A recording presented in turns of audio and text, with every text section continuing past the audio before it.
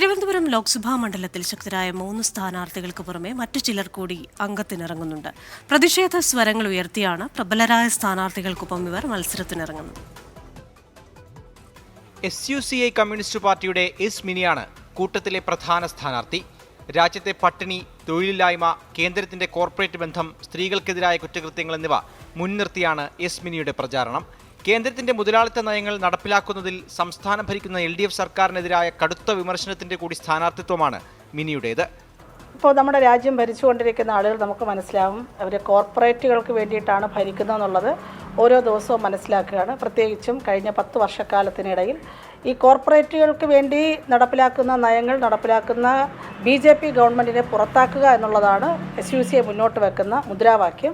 സാങ്കേതിക വിദ്യ വളർന്നുവെന്ന് സർക്കാർ പറയുമ്പോഴും വില്ലേജ് ഓഫീസുകളിൽ പലപ്പോഴും കയറി ഇറങ്ങേണ്ടി വരുന്നുവെന്നാണ് മണ്ഡലത്തിലെ സ്വതന്ത്ര സ്ഥാനാർത്ഥിയായ JJ റസൽ പറയുന്നത്. ദുരിതമനുഭവിക്കുന്ന ജനങ്ങൾക്കായാണ് തന്റെ സ്ഥാനാർത്ഥിത്വം.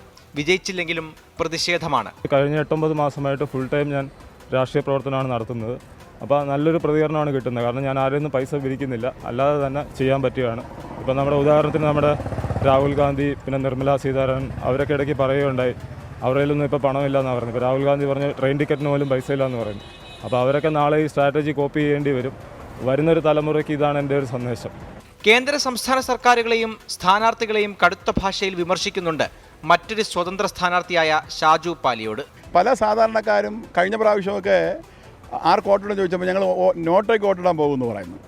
ഈ പ്രാവശ്യം ചോദിച്ചപ്പോൾ ഞങ്ങൾ വോട്ടിടാനേ പോകുന്നില്ല എന്ന് പറഞ്ഞാൽ മാറി മാറി വരുന്ന അധികാര വർഗത്തിനെതിരെയുള്ള ഒരു പ്രതിഷേധമാണ്.